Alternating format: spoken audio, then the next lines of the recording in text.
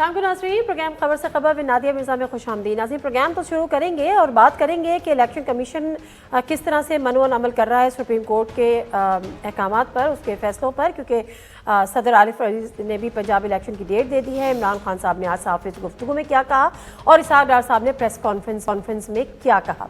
लेकिन उससे पहले आज इसहाक डार साहब, थोड़ा सा मैं टाइम लूँगी, आज इसहाक डार साहब बड़े खफा और गुस्से में नजर आए। इससे पहले उनसे एक सहाफ़ी ने भी पूछा कि आप इस्तीफ़ा क्यों नहीं दे देते, कि आप इस्तीफ़ा दे रहे, तो उस पर भी वो बड़े नाराज़ थे कि आप क्या मुझे काम करता देखना नहीं चाहते। हाँ, नहीं देखना चाहते होते, अगर आप वाकई काम कर रहे होते शायद उन सहाफ़ी से सवाल बनता था। लेकिन उसके साथ साथ जब एक प्रेस कॉन्फ्रेंस की इसहाक डार साहब ने, तो फिर यही बात दोहराई।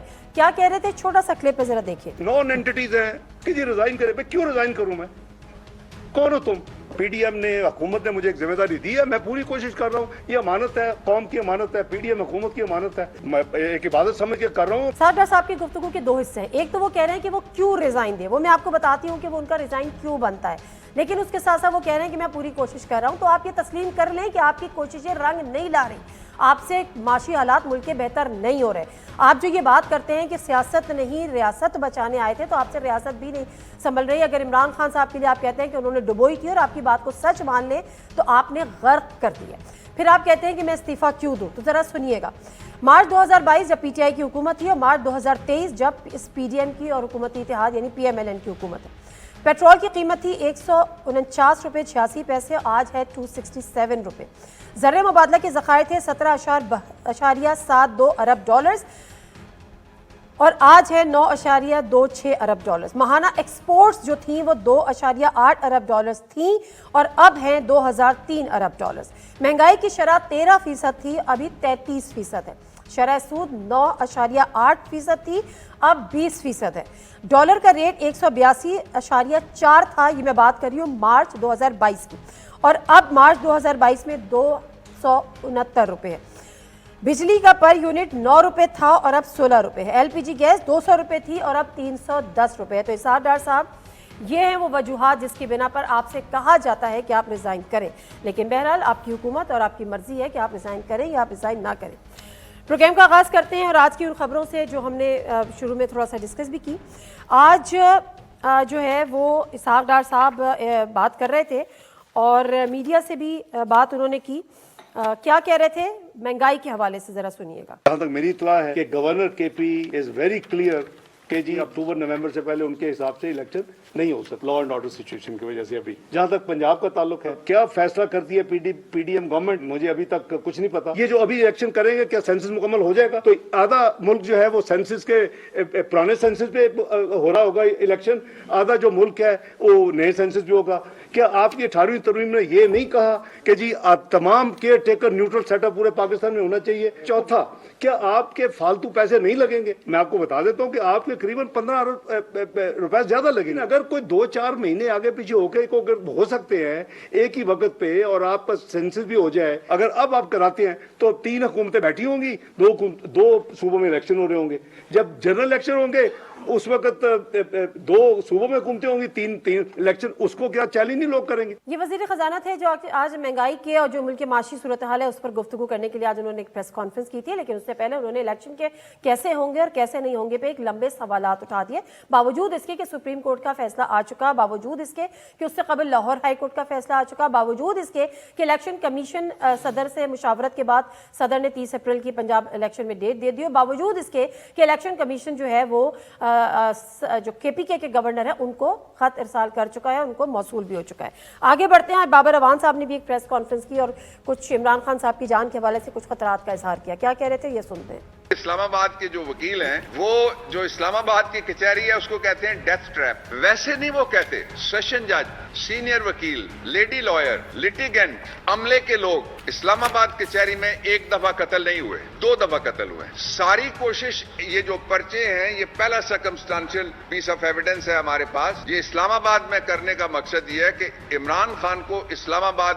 कचहरी में घेर गार के लाया जाए और फिर वहां पे स्नाइपर या किसी कार बॉम्ब के जरिए या किसी खुदकश के जरिए उनकी जान ले ली जाए। ये बाबर अवान साहब के खदशात थे और इसी किस्म के खदशात का इजहार इमरान खान साहब ने भी किया जब उन्होंने सहाफ़ियों से गुफ्तगू की और एक दफ़ा उन्होंने आर्मी चीफ से मुलाकात की ख्वाहिश का इजहार भी किया। किस कैपेसिटी में, अब जब एक न्यूट्रल इदारे हैं तो वो फिर आपसे किस कैपेसिटी में मिलेंगे। प्रोग्राम का बाकायदा आगाज़ करते हैं। अली नवाज अवान साहब PTI के सीनियर रहनुमा हमारे साथ मौजूद हैं। फैसल करीम कुंडी साहब पाकिस्तान पीपल्स पार्टी के सीनियर रहनुमा, minister of state on poverty alleviation social safety. Thank you very much कुंडी साहब, बहुत शुक्रिया आपके टाइम का। आबिद क़य्यूम सुलैरी साहब सीनियर इकोनॉमिस्ट हमारे साथ यहाँ पर मौजूद हैं। अस्सलाम वालेकुम आबिद सुलैरी साहब, आपके टाइम का भी बहुत शुक्रिया। क्विक वो 3 क्वेश्चन अपने और अपने नाजरीन के और उसके साथ साथ अपने मेहमानों के सामने रख दूँ। सवाल नंबर 1, सुप्रीम कोर्ट के हुक्म पर अमल दरामद का आगाज़। 30 अप्रैल को पंजाब असम्बली में इंतखाबात की तारीख का ऐलान। इलेक्शन कमीशन का खैबर पख्तूनख्वा के लिए गवर्नर को खत इरसाल। इलेक्शन के लिए फिर भी इबहाम क्यों? वज़ीर ख़जाना इसहाक डार की प्रेस कॉन्फ्रेंस। नवाज शरीफ के 4 साल हुकूमत का मुआवजा इमरान खान के 3.5 साल से करते रहे, इन 11 माह का हिसाब कौन देगा?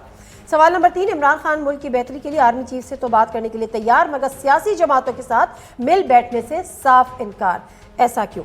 प्रोग्राम का बाकायदा आगाज़ करते हैं। अली नवाज साहब, ज़रा अगर बात का मैं यहाँ से आगाज़ कर लूँ, बल्कि माज़रत के साथ मैं ज़रा हुकूमत है तो हुकूमत से पूछ लूँ।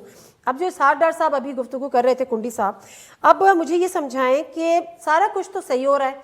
इलेक्शन कमीशन ने सदर से मुशावरत भी कर ली, जो कहते थे आपका कुछ लेना देना नहीं है। सदर ने डेट भी अनाउंस कर दी, खैबर पख्तूनख्वा के गवर्नर को खत भी चला गया। अब इसहाक डार ये इतना भाम क्यों पैदा कर रहे हैं कि इलेक्शन कैसे हो सकते हैं? बिस्मिल्लाहिर्रहमानिर्रहीम। देखिए आपने इसहाक डार साहब का क्लिप भी दिखाया, मैंने भी उसकी प्रेस कॉन्फ्रेंस सुनी थी। पहली बात तो है कि पाकिस्तान पीपल्स पार्टी का एक बड़ा क्लियर पॉइंट ऑफ व्यू है और शायद आपके प्रोग्राम में भी मैंने कह भी चुके हैं बिल्कुल कहा है कि जो भी कॉन्स्टिट्यूशन के मुताबिक है 90 डेज़ में इलेक्शन है। मैंने मुख्तलिफ प्रोग्राम में कहा जिस तरह फ़ौज 24 घंटे साल के 12 महीने जंग के लिए तैयार होती है, पॉलिटिकल वर्क और पॉलिटिकल जो पार्टीज़ होती हैं वो इलेक्शन के लिए हमेशा तैयार होते हैं। 90 डेज़ में इलेक्शन कमीशन जब भी अनाउंस करेगी पाकिस्तान पीपल्स पार्टी उस इलेक्शन का बिल्कुल हिस्सा बनेगी। जो इसहाक डार साहब की अब ये एक वर्जन ये है, जो इसहाक डार साहब ने जो बात की है वो एक और चीज़ है, जो एक डिबेटेबल चीज़ है, जिसमें मैं नहीं कहता कि हम पीपल्स पार्टी ये कह रही है, लेकिन उन्होंने ये एक चीज़ की कि अगर ये 2 सूबों में इलेक्शन होते हैं और फॉर एग्ज़ाम्पल हुकूमत जीतती है या अपोजिशन जीतती है, हर पार्टी दूसरे पे इल्ज़ाम लगाएगी कि इसमें धांधली हुई है। सपोज़ अगर मैं ये मिसाल दूँ, अगर हुकूमत जीती है तो क्या ये हमें गारंटी देते हैं कि ये धरना नहीं देंगे, लॉन्ग मार्च नहीं करेंगे, ये बोलेंगे इलेक्शन का रिजल्ट तस्लीम करेंगे? फिर जब आएगा इलेक्शन कौमी असम्बली का और सिंध असम्बली का या बाब की है, तो क्या उस वक्त के पंजाब के वज़ीर आला, खैबर पख्तूनख्वा के वज़ीर आला अपने कौमी असम्बली की सीटों पे असरअंदाज नहीं होंगे? डेफिनेटली होंगे। और फिर जब ये साइकिल कंप्लीट होगा उस वक्त के वज़ीर आज़म फिर वो 2 सूबों पे असरअंदाज होंगे। और इलेक्शन कमीशन की तो ये हालत है कि जब माजी में कश्मीर और जीबी में इलेक्शन था, वज़रा को, वज़ीर आज़म को इलेक्शन कमीशन ने मना किया, क्या मना हुए? तरक्याती काम भी हो रहे थे, मना भी नहीं हो रहे थे, ये नहीं हो रहे थे, हम भी नहीं होंगे। फॉर एग्जाम्पल मैं एक मिसाल देता हूँ, और कहेंगे चलो ठीक है 50,000 जुर्माना है, जो 1.5-2 लाख रुपए जो इलेक्शन कमीशन का एक तरीका है जुर्माना हम दे देंगे। तो ये चीज़ें, ये पूरा एक साइकिल चलता रहेगा और यही पाकिस्तान जो है वो धरने, लॉन्ग मार्च, धांधली, ये चीज़ें उस चीज़ का एक चीज़ चलती रहेगी। लेकिन ये एक डिबेट है, लेकिन पाकिस्तान पीपल्स पार्टी के मौक़िफ़ है, तो ठीक है ना, डिबेट तो वैलिड है। पाकिस्तान पीपल्स पार्टी के मौक़िफ़ है कि इलेक्शन जो भी होगा, चाहे वो बल्दियात के इलेक्शन है, चाहे कौमी सूबाई असम्बली के इलेक्शन है, चाहे वो जो भी है, ठीक है। मैं इसी सवाल को लेकर जरा अली नवाज अवान साहब आपके पास, जो बात इन्होंने कुंडी साहब ने की है उसमें वेट तो है और ये डिबेट भी होगी डेफिनेटली, क्योंकि यहाँ के MNA से इलेक्शन कैंपेन नहीं चला सकेंगे, फिर आपके लिए कहा जाएगा कि वफाकी हुकूमतों पे असरअंदाज हो रहे हैं। किस तरह से फिर ये जो एक क्योटिक सिचुएशन हो जाएगी उसको किस तरह से डील किया जाएगा, मैनेजेबल होगी? देखिए, सबसे बड़ी सिचुएशन है वो तो इकोनॉमिक है, और अगर इनके पास कोई हल है तो पहले इकोनॉमिक हल है। बाकी हल तो निकलते आएंगे, बाकी तो आइन क्लियर है कि 90 डेज के अंदर इलेक्शन होंगे। थोड़ी बड़ी क्लियर है कि इसके बाद इलेक्शन होने चाहिए, जो उन्होंने बताया तो हर इलेक्शन लड़ने को तैयार है। पर उन्होंने अभी रिसेंटली PDM, क्योंकि PDM का हिस्सा नहीं है, पर स्टिल उन्होंने जितने भी ज़िमनी इलेक्शन कॉल हुए थे जिनमें इनके स्पीकर ने इस्तीफे कबूल किए थे, उनसे इन्होंने माजरत कर ली थी और इन्होंने कहा था कि हम इलेक्शंस नहीं लड़ेंगे। But for whatever the reasons are, but the thing is कि आपने पहले कोई रोड मैप है अगले 4-5 महीने का आपके पास इकोनॉमिक का, फाइनेंशियल रोड मैप है? अभी मैं रिसेंटली ब्लूमबर्ग में एक कॉलम आया है, एक इंडियन ऑथर ने लिखा है और उसके अंदर उन्होंने कहा है कि IMF ने मिसट्रस्ट शो कर दिया है इसहाक डार के ऊपर। Not only IMF, Peoples Party ने भी मिसट्रस्ट शो कर दिया है इसहाक डार साहब के ऊपर। और उन्होंने कहा है कि IMF ने उसके अंदर डिटेल बताया है उस आर्टिकल के अंदर कि पीपल्स पार्टी ने शो कर दिया है। जी मिसट्रस्ट शो किया है वो इंटरनली उन्होंने कह दिया है कि क्योंकि जो एग्जाम इसहाक डार साहब ने लिए हैं पिछले 6 महीने के अंदर कि मैं आंखें दिखाऊंगा, मैं टांग मार दूंगा, मैं ये कर दूंगा, मैं फलां कर दूंगा, नो बेटर देन आई में, और आज उनके घुटनों में बैठे हुए हैं। और 6 महीने के अंदर जो पाकिस्तान के अंदर डिटेरियोरेशन हुई इकोनॉमी की, जो आपने अपने इंट्रो के अंदर भी बताया कि कल सिर्फ 15 रुपए डॉलर गिरा था, और जिसकी वजह से पाकिस्तान के अंदर जो तबाही मची है, जो ट्रस्ट खत्म हुआ है पाकिस्तान के अंदर इन्वेस्टर्स का, जो पाकिस्तान की लार्ज स्केल मैन्युफैक्चरिंग का, जो स्मॉल मीडियम इंटरप्राइजेस का, जो भी पाकिस्तान के अंदर इन्वेस्ट करना चाहता है, कि जो इकोनॉमिक हालात है, और जो आपने देखा मूडीज ने वैसे अली अमान साहब बड़ी माजरत, बड़ी माजरत, ये अच्छे आपने नोट्स तैयार किए, मगर ये सवाल के अगले सवाल में रख लें, क्योंकि अभी सवाल ये था कि फैसल करीम कुंडी साहब ने जो कहा कि क्योटिक सिचुएशन पैदा हो जाएगी, वो किस तरह से मैनेजेबल होगी, 2 सूबों में अभी होंगे, बाद में आप लोगों के जो मिनिस्टर्स हैं वो उसको इन्फ्लुएंस करेंगे, यहाँ के लोग वहाँ जाके इलेक्शन कैंपेन नहीं चलाएंगे, फिर ये प्रोसेस कंटिन्यू होगा। तो पूरी दुनिया ये कह रही है, खैर चले लेट्स से हुकूमती जमात ही जीत जाती है। दुनिया छोड़ देना, अपनी बात कर। दुनिया घूम के आता है, अपनी बात करो। अमान साहब, आपकी जमात रिजल्ट कबूल करेगी अगर हुकूमती जमात इलेक्शन जीत जाती है तो?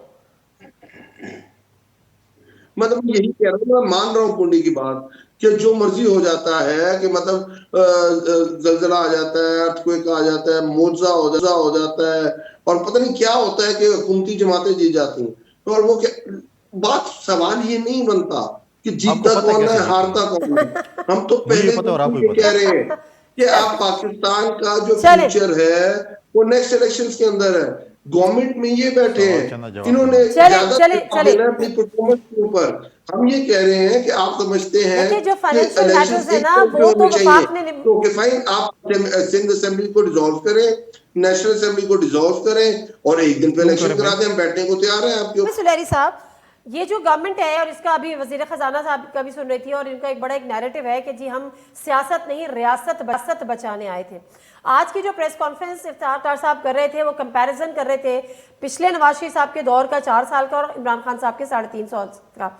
11 माह का तो उन्होंने जवाब या हिसाब नहीं दिया। क्या आप मुझे बताएं कि जो सियासत नहीं रियासत बचाने आए थे, वो रियासत बचाने में कामयाब हो पाए? बदकिस्मती से ऐसा नहीं हो पा रहा, और उससे यही वजह है कि इस वक्त मुल्क जो है वो ना सिर्फ एक सियासी अदम इस्तेहकाम का शिकार है, बल्कि एक मुआशी अदम इस्तेहकाम का शिकार भी है। ये जो नामा रिव्यू था, ये आइडियली नवंबर में हो जाना चाहिए था, दिसंबर में हमें इसके जो ट्रांच है वो मिल जानी चाहिए थी, और अगर दिसंबर में ट्रांच मिल गई होती तो ये जो कल ब्लड बात हुआ पाकिस्तान की करेंसी के साथ, या जो इंटरेस्ट रेट जो है उसको 20% पे लेके जाना पड़ा, ये सारा कुछ ना हो रहा होता। लेकिन हमने देखा कि अब मार्च जो है वो सर पे है, अभी भी स्टाफ लेवल एग्रीमेंट जो है उसको फाइनल करने में कई मराहल हैं, और उसमें एक जो बड़ा हर्डल है वो यही हमारी पॉलिटिकल इंस्टेबिलिटी है। क्योंकि जो आखिरी अब हिच रह गई है वो ये है कि हम अपने दोस्त ममालिक से रिटर्न गारंटी लें कि वो हमें अपने कर्जे जो हैं वो डिपॉजिट को रोल ओवर कर देंगे, या वो स्टेट बैंक में अपने रोल ओवर जमा करवाएं। अब दोस्त हुकूमतें जो है वो इस कश्मकश में है, वेट एंड सी में है कि वो किस हुकूमत को ऑब्लाइज करें। क्या वो इस हुकूमत को ऑब्लाइज करें, क्या वो वेट करें कि कहीं पे जनरल इलेक्शन तो नहीं हो जाएंगे, क्या वो वेट करें कि कोई टेक्नोक्रेट तो आके नहीं बैठ जाएंगे। तो ये सारी चीज़ें जो हैं ये सिर्फ इन 3 महीनों में नहीं, ये अगर हम देखें तो पिछले 1 साल से तकरीबन यही सिचुएशन चल रही है। और अगर मैं इमरान खान साहब के जो दौरा है मास्को, और से पहले जो उनके 2 दौरे थे चाइना और सऊदी अरेबिया का, उस वक्त भी रोल ओवर मांगने गए थे हम 6ठे रिव्यू के लिए।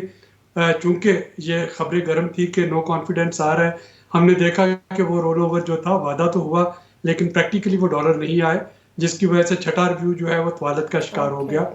उसके बाद चूंकि उस वक्त भी हुकूमतें वेट कर रही थी कि इमरान खान साहब रहेंगे या नहीं रहेंगे, उसके बाद फिर हमने देखा कि PTMI और ये खबरें गर्दिश करने लग पड़ी कि चूंकि बड़े मियाँ साहब फरमा रहे हैं कि ये तवील मुद्दती हुकूमत होगी, फौरी इलेक्शन में जाना है। शहबाज शरीफ साहब कह रहे थे कि नहीं, शायद इलेक्शन में नहीं जाना। दोबारा से एक उबाम पैदा हो गया। आपका अगले रिव्यू जो है वो भी लेट हुए। मिफ्ता साहब ने भी जो डिसीजन दिए थे, जो उन्होंने कमिट किया IMF में, वो नहीं कर पाए। हमारा अगला 7वां 8वां रिव्यू मुकम्मल हुआ। उसके बाद फिर उबाम पैदा हो गया कि क्या जनरल बाजवा साहब को एक्सटेंशन ठीक मिलेगी या है नहीं। ठीक है तो ये जो भाव है ये इस वक्त तो ये जो अनसर्टेनिटी और इनस्टेबिलिटी जो पाकिस्तान की इकोनॉमिक में है उसकी असल वजह जो है वो पॉलिटिकल है और ये बात हमारे सियासतदानों को समझ नहीं आती। मामूली सी बात, ब्रेक ले लेते हैं, ब्रेक से वापस आते हैं। कुंडी साहब से पूछूंगी कि पीपल्स पार्टी जो है वो इसहाक डार साहब की परफॉर्मेंस से मुतमईन है, माशी पॉलिसी से मुतमईन है हुकूमत की। ब्रेक लेते हैं, वापस आते हैं।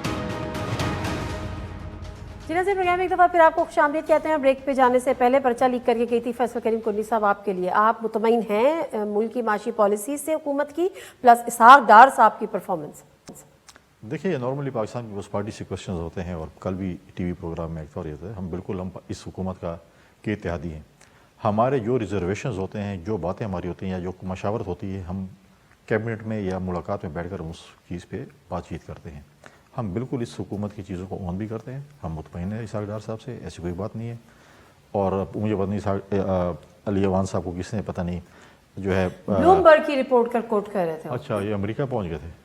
ब्लूमबर्ग आप नहीं पढ़ते ब्लूमबर्ग? नहीं, मैं सर पढ़ लिया करें, फायदा देता है। मैं इतना पढ़ा लिखा नहीं हूँ। Unbiased opinion. अच्छा, मैं इतना पढ़ा लिखा नहीं हूँ। अनबाइस्ड आप लोग नहीं है, अनबाइस्ड ये चैनल्स वगैरह हम आप लोगों को देखते हैं। अच्छा चलिए आगे। हम तो आपकी टीवी चैनल्स देखते हैं, आप लोगों को देखते हैं, हम समझते हैं कि आप लोग भी अनबाइस्ड हैं, तो इसलिए जो है ना वो हम आपके वगैरह। लेकिन जो चीज़ें हैं तो बाकी काम भी जो है ब्लूमबर्ग की तरह किया करें ना, सिर्फ ये काम पढ़ना नहीं करें। मतलब आप मुतमईन हैं? बिल्कुल हम करते हैं। जो ये सूरत हाल है और ये जो माशी सूरत हाल है, बताऊं, देखें जो ये तबाही है और एक आम आदमी जो तबाह बर्बाद हो गया, उसको पहले 2 वक्त की अगर रोटी मिलती थी, अब वो 1 वक्त पे आ गया, लेकिन आप मुतमईन हैं क्योंकि आप इस हुकूमत का हिस्सा है। अगर आप इस हुकूमत का हिस्सा नहीं होते तब भी मुतमईन होते? देखें, बात ये है, पहली बात यह है कि ये हालात कैसे बने। एक दिन में ये हालात नहीं बने, हालात बनने में टाइम लगा। हमारे जो इन दोस्तों ने जो जब इनके पास हुकूमत थी और जब इन्होंने IMF के साथ डील की, पार्लियामेंट पर उन्होंने इसको किया, उसके बाद उस डील में उन्होंने उस डील को निभा नहीं सके और उस डील को इन्होंने तोड़ा जिस तरीके से। उसके बाद ये हालात है, मुश्किल हालात हुकूमतों पे, कौमों पे, ख़ानदानों पे आते रहते हैं और हम इन चीज़ों को ठीक जिसने मुश्किल किए थे उसको निपटाने देते ना सर जी। एक मिनट। अब ये चीज़ें हमने ठीक करनी है, हम ये नहीं कहते। टाइम है? बिल्कुल टाइम है। अच्छा, टाइम है, इंशाल्लाह हमने अवाम में जाना। हम कम से कम ये लोगों का मजाक नहीं उड़ाएंगे इनकी तरह कि मैं टमाटर प्याज के लिए नहीं आया। टमाटर आप 2 की जगह 1 कर दें, टमाटर छोड़ दें, चीनी छोड़ दें, रोटी 2 की जगह 1 कर दें और 4 हम कहते हैं चाय का 1 नहीं, कप पिए। जो भी कहते हैं गलत कहता है, चाहे वो मेरी पार्टी का है, चाहे वो मेरी इत्तेहादी जमात का है। मैं कहता हूँ कि वो गरीब लोगों को मजाक न उड़ाए, बल्कि उनको सहूलत दे। चीज़ों को कैसे होगा, फिक्र रखें। कैसे, मतलब इस तबाही के बाद कैसे? इंशाल्लाह अच्छे दिन भी आएंगे। चले अली नवाज अवान साहब, इन्होंने तो उस चीज़ को तो नेगेट कर दिया जो आप ब्लूमबर्ग की जो उस रिपोर्ट को कोट कर रहे थे कि जी पीपल्स पार्टी को भी मिसट्रस्ट है, साथ डालता है। वो कहता है कोई नहीं है, बिल्कुल सही काम कर रहे हैं। तामजा मुझे बात करने दीजिएगा। बहुत try to understand. Latif Hussain की पार्टी में है कि गवर्नर रह चुके हैं, इनके सीनियर मिनिस्टर रह चुके हुए हैं। जरा आज के उनकी इंटरप्रिटेशन देख लें और फारूक अशनाई की इंटरप्रिटेशन देख लें। आप लतीफ खोसा की बातें सुन लें और कमरुज़्ज़मा कायरा साहब की बातें सुन लें। ये डबल विकेट खेलती है पीपल्स पार्टी हमेशा। इतने बुरे हालात है, 2.25 अरब रुपए के आपने बैरूनी दौरे करनी है। बिलावल भुट्टो साहब ने आपने कहा था $10.5 अरब हमने सैलाब की मद में इकट्ठे करनी है। वो कहाँ है, आप बताएं ना, कहाँ पहुंचे हैं वो? आप कह रहे हैं इसहाक डार बहुत अच्छा कर रहे हैं, आप उनके इत्तेहादी हैं, बहुत अच्छी बात है, आप अच्छा कह रहे हैं उनको।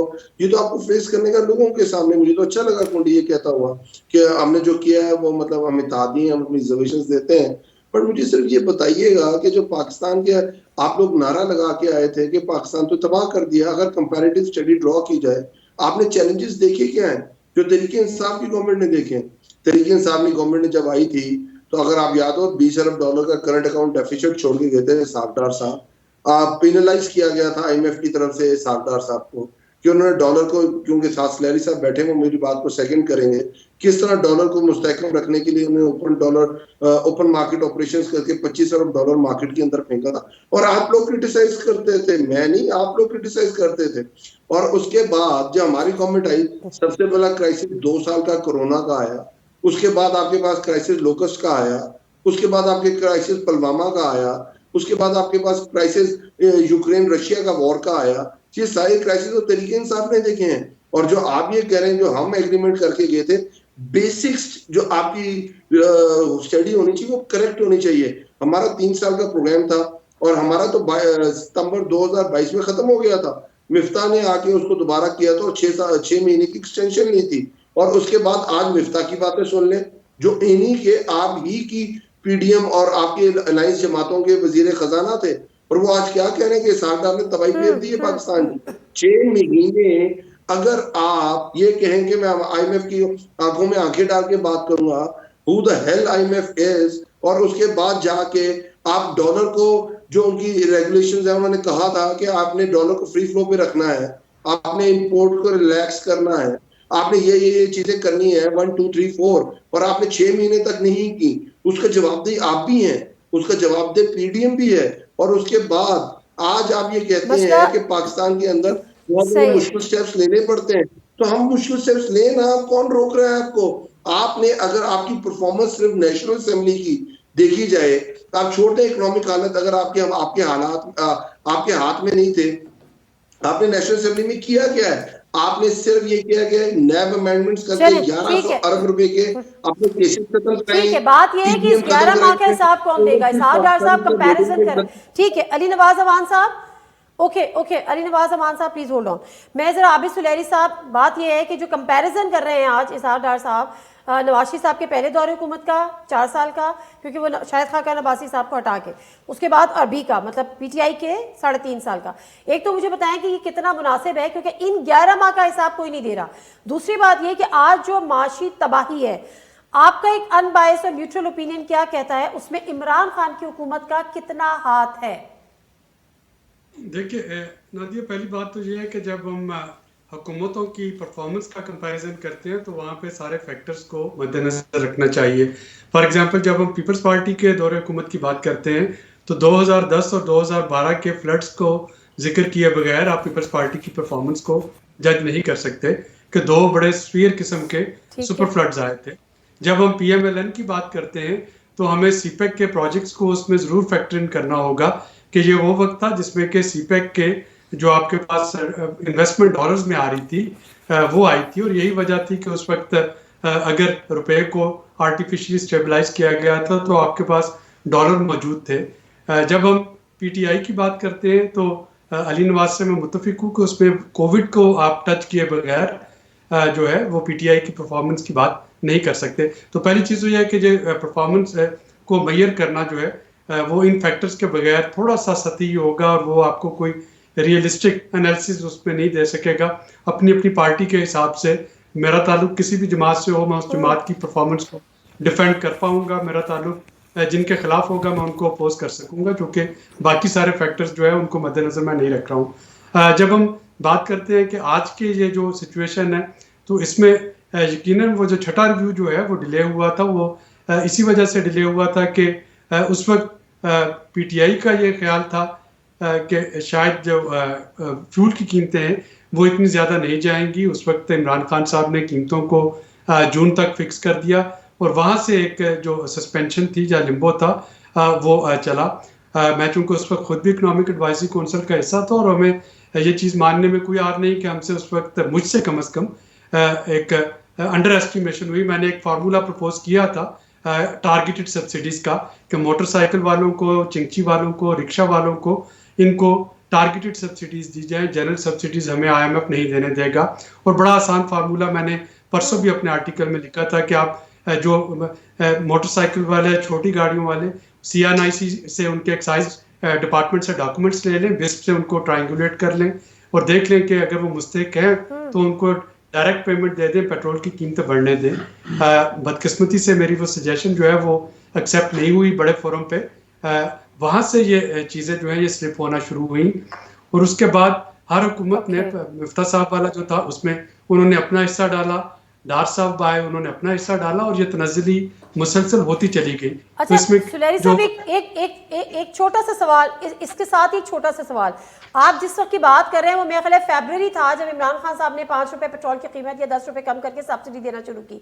तो इसका मतलब है ये तो सिर्फ 2 महीने हुए ना, फरवरी या मार्च, अप्रैल में तो इनकी हुकूमत चली गई। तो 2 महीने में इनको ये कैसे लगा कि रियासत जो है वो तबाह बर्बाद होने जा रही है और मुल्क डिफॉल्ट होने जा रहा है विद इन 2 मंथ? देखिए अगर तो मेरा ख्याल है कि ज़ाहिर सियासत में मैं तबसरा नहीं करता, लेकिन कम से कम उस वक्त मुल्क डिफॉल्ट होने नहीं जा रहा था। तो अगर आप मईशत को देखें तो मुआशी इशारे जो है वो उससे बहुत बेहतर थे। और क्योंकि वो अगर वो गलत फैसला था तो मुफ्ता ठीक साहब और ठीक शाहिद ठीक खाकान अब्बासी साहब ने जब उन्होंने आके कहा था कि लैंड माइन बिछा दी गई है तो उनको फौरी तौर पे वो लैंड माइन रिमूव कर देनी चाहिए थी। आपका IMF का प्रोग्राम फौरन बहाल होता और सारे वो जो बाकी के रिव्यूज से मुकम्मल होके ठीक है, आज इस बिल्कुल सतह ठीक है, पर बिल्कुल ना ठीक है। हो जिस तरह बिल्कुल ठीक है सर, मैं ब्रेक ले लूँ सर, मैं ब्रेक से वापस आऊंगी। तो इमरान खान साहब ने आज लाहौर में सहाफ़ियों से गुफ्तगू की, उन्होंने कहा मैं इस्टेब्लिशमेंट का और आर्मी चीफ मुझे अपना दुश्मन समझते हैं, लेकिन ऐसा नहीं है। मुल्क की बेहतरी के लिए मैं उनसे बात करने को तैयार हूँ। मुल्क की बेहतरी के लिए आप आर्मी चीफ से बात करने को तैयार हैं, लेकिन मुल्क की बेहतरी के लिए आप हुकूमत के जो सियासी जमात है उनसे आप बात करने के लिए तैयार नहीं है। क्यों? ब्रेक लेते हैं, वापस आते हैं। जी नाज़रीन, प्रोग्राम एक दफ़ा फिर आपको खुशामदीद कहते हैं और मैं अली नवाज़ अवान साहब के पास जाऊंगी इस बात को कि इमरान खान साहब की जान को किससे ख़तरा है, प्लस इमरान खान साहब आर्मी चीफ से मुलाकात करना क्यों चाहते हैं। लेकिन उससे पहले एक छोटा सा एक सवाल मुझे कुड्डी साहब आपसे करना है। ये बताएं कि मरीम नवाज साहिबा आजकल जो जलसे कर रही हैं, अदालतों पर हमले कर रही हैं, तो अदलिया पे हमले कर रही हैं, एक बात वो बोलती हैं कि इंतखाबात होंगे, उन्होंने कहा, लेकिन पहले नवाज शरीफ साहब के साथ जो ज्यादती हुई उसका अजाला हो। पहले तो मुझे बताएं कि पनामा पेपर्स, जो पनामा का जो रहा, जो भी चीज़ें हुई स्कैंडल के बाद फैसला, नवाज शरीफ साहब के साथ वाकई ज्यादती हुई थी, आप पीपल्स पार्टी समझती? देखिए, मैं समझता हूँ कि पहले तो मैं अली नवाज साहब को ये बता सकूँ, इन्होंने मुझे खोसा साहब का और गालिबन फारूक नैस साहब की मिसालें दी। तो मैं आपको मिसाल, आपके ताज़ा एक प्रेसिडेंट बने या नहीं बनने जा रहे हैं, परवेज़ इलाही साहब और इमरान खान साहब की स्टेटमेंट बाजवा साहब के ऊपर क्या है। प्रेसिडेंट एक बयान देता है, ऑफिशियल पोजीशन है उसकी, और चेयरमैन दूसरी बयान देता है।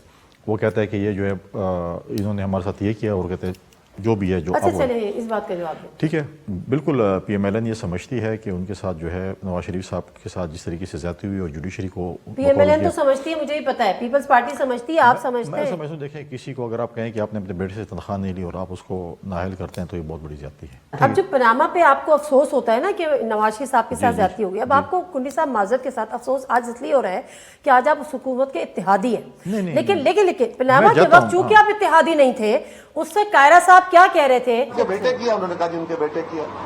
क्या मियां साहब उसके चेयरमैन है? जी चेयरमैन है। कि 10,000 दिरहम उनकी तनख्वाह है? जी है, पर ली नहीं है। उन्होंने दिखाया कि इस अकाउंट में जमा हुई है। किधर गया आपका कतरी खत? एक पे एक झूठ अब बोलते गए और आपके झूठ अल्टीमेटली गिरते गए, ताश के पत्ते गिरते गए। खुद मियां साहब ने फरमाया जो लोग करप्शन करते हैं वो पैसे को अपने नाम थोड़े रखते, वो तो अपने माँ बाप के नाम, अपने बच्चों के नाम, अपनी बीवी के नाम, अपने दोस्तों के, वो तो बेनामियां रखते। बैन ही आपके हुक्म के मुताबिक, आपकी अपनी ऑब्जर्वेशन के मुताबिक आपके अकाउंट, आपके बच्चों के अकाउंट, आपका सब कुछ पकड़ा गया और कनेक्शन साबित हुए हैं, तब आपके खिलाफ रेफरेंस फाइल हो रहे हैं। आप कह रहे हैं हमारे खिलाफ सबूत कोई नहीं है। कुछ कहना है? छोड़ दें। नहीं कहना है, बिल्कुल कहना चाहिए। आपने बिलावल साहब का नहीं बताया, बिलावल साहब ने भी की थी उसमें, आपने क्यों कह रहा साहब कहते, मैंने भी इसके ऊपर की थी, इसमें कोई दूसरी बात तो नहीं है।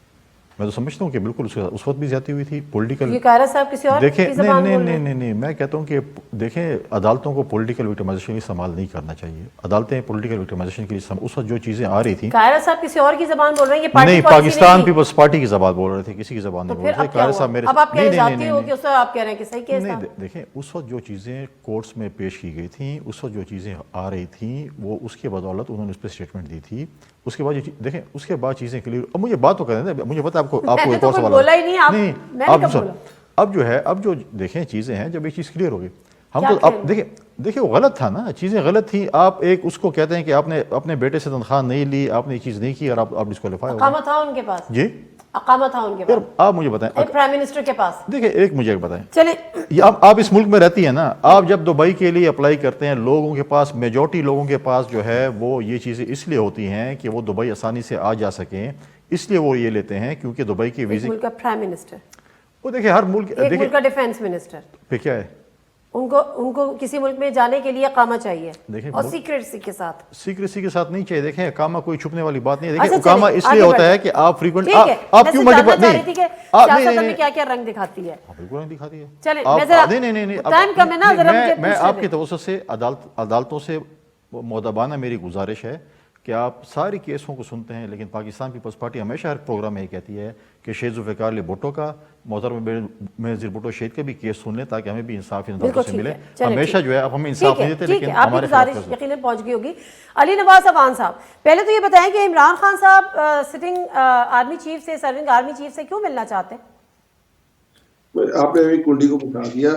अगर ये टीटी केस देखा जाए तो आप रिमेम्बर तो रहमान मलिक साहब बड़ी बड़ी प्रेस कौन सी, फराग होगी वाली? करते होते थे, इतनी फाइल्स रख के फराग और होगी कहते वाली होते कौन सी?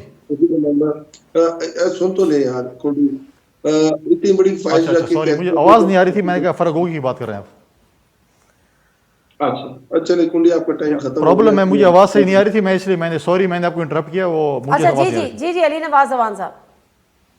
तो मैं ये कह रहा हूँ कि जो केसेस थे, इफ यू रिमेम्बर, अगर जो आपको याद होगा, एक दो प्रेस कॉन्फ्रेंस एक रहमान मलिक साहब करते होते थे और एक करते होते थे चौधरी निसार साहब। इफ यू रिमेम्बर कि जो फेक अकाउंट केसेस थे उसकी परवेज चौधरी निसार साहब ने प्रेस कॉन्फ्रेंसेस की थी, जिसमें आपको याद है कि वो अयान अली या ईमान अली पता नहीं क्या नाम था, और जो बिलावल भुट्टो के जो केसेस थे और जो उनकी अमाउंट्स पे होती थी वो सेम अकाउंट से होती थी, और जो तोशा खाना के अंदर जो इन्होंने गाड़ियां ली थी वो फेक अकाउंट्स के थ्रू होती थी। मैं नहीं कह रहा, चौधरी निसार अली कहते थे, उस वक्त के इंटीरियर मिनिस्टर थे, और रहमान मलिक बताते होते थे कि एवो फील्ड और वन हाइट पार्क किसका है और कैसे है और कितने डॉक्यूमेंट्स दिखाया करते थे। चले अब चेंज आ जाती है इंसान के अंदर। हाँ चले छोड़े ना, चले छोड़े। अबान साहब मुझे बताएं, इमरान खान साहब आर्मी चीफ से मुलाकात की ख्वाहिश क्यों रखते हैं?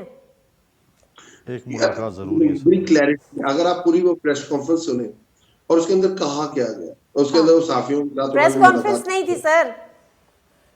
नहीं प्रेस कॉन्फ्रेंस नहीं, साफियों के साथ मुलाकात थी ना। जी जी सर। जी जी वही ना। अब आप उसको वो निटी ग्रिटीज देख रही हैं। Simple as that. हम चाहते क्या, हम चाहते हैं कि इस पाकिस्तान में फ्री एंड फेयर इलेक्शंस हो।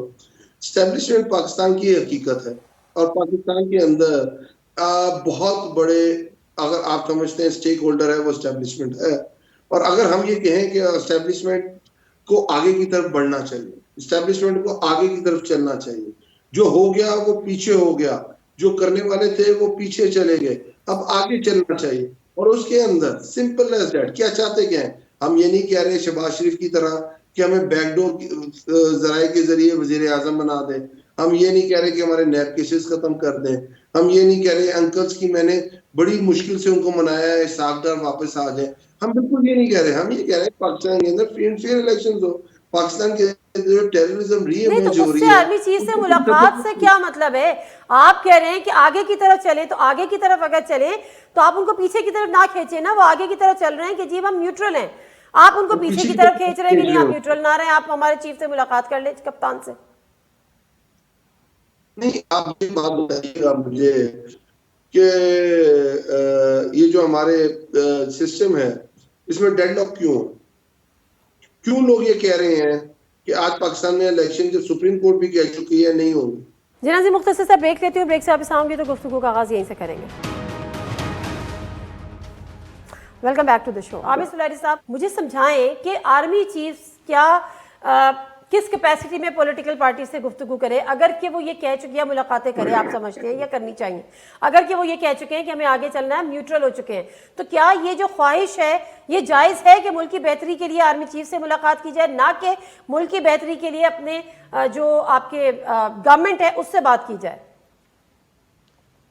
देखिए नादिया, इस वक्त अगर तो मुल्क की मईशत को दरपेश चैलेंजेस जो हैं उन पे कोई इत्तफाक राय ज़रूरी है, और उसमें हम चाह रहे हैं कि आर्मी का किरदार जो है वो भी नज़र आए, तो फिर ये मुलाकातें ट्राइलैटरल होनी चाहिए, जिसमें अपोजिशन भी हो, जिसमें हुकूमत भी हो, और जिसमें हमारे जो अस्करी अदारे हैं वो भी शामिल हो, और ये सारे स्टेक होल्डर्स हो, ठीक है।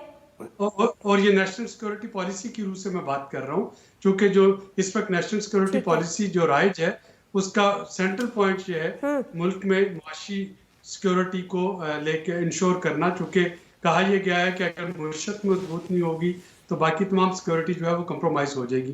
तो अगर उसके लिए है तो फिर मैं ये चाहूँगा कि ये कंसल्टेशन ब्रॉडर हो, और इसमें तमाम जो है स्टेक होल्डर वो बैठे, और बैठ के वो आने वाले जो अभी कड़े वक्त हैं, अभी तो हमने देखा जो कल का ट्रेलर, ये खुदा न खास्ता अभी साल 1.5 साल और चलना है इसी तरीके से, और इसके लिए अगर हम आपस में लड़ते रहेंगे और कोई मिलकर मिनिमलिस्टिक एजेंडा इकॉनमी पे नहीं बात करेंगे तो शायद एक लूज लूज सिचुएशन में जा रहे हैं, जिसका सबसे बड़ा नुकसान आवाम को हो रहा होगा। बिल्कुल सही बात है आपकी। वैसे फैसल करीम मुनीर साहब आप हुकूमत है और पीपल्स पार्टी तो बड़ी मेच्योर जमात है, इसमें कोई दो राय नहीं। हमें 2014 के धरने के दौरान भी पीपल्स पार्टी का रोल याद है जब ये इस्तीफे देके इसी तरह से बाहर गए थे, लेकिन आज ये इस्तीफे तो आप उनको वापस लेकर आए थे और पीएमएलएन को हम मनाते रहे कि जी आप इनके इस्तीफे कबूल नहीं किए। आज वही पीपल्स पार्टी अब जब ये ऐवान में वापस आ रहे हैं और सुप्रीम कोर्ट ने कह दिया है कि अब आप जा सकते हैं, उनकी जो सस्पेंड कर दिए जो नोटिफिकेशन इलेक्शन कमीशन थे, लेकिन अब सबसे बड़ी दीवार ही पीपल्स पार्टी है या पीपल्स पार्टी के अपने स्पीकर है। क्यों नहीं एक कंसेंसस के साथ एक अच्छा माहौल आप लोग बनाने में पीपल्स पार्टी अपना रोल अदा कर रही है? पीपल्स पार्टी करेगी, लेकिन आपने सवाल किया अपने अवान साहब से क्यों मिलना चाहते हैं। पहले भी ये इस्टेब्लिशमेंट के कंधों पे सवार होकर आए थे और दोबारा ये कोशिश कर रहे हैं कि इस तरीके से हम इससे इतनी जरूरत है नहीं, आप उसकी बात है।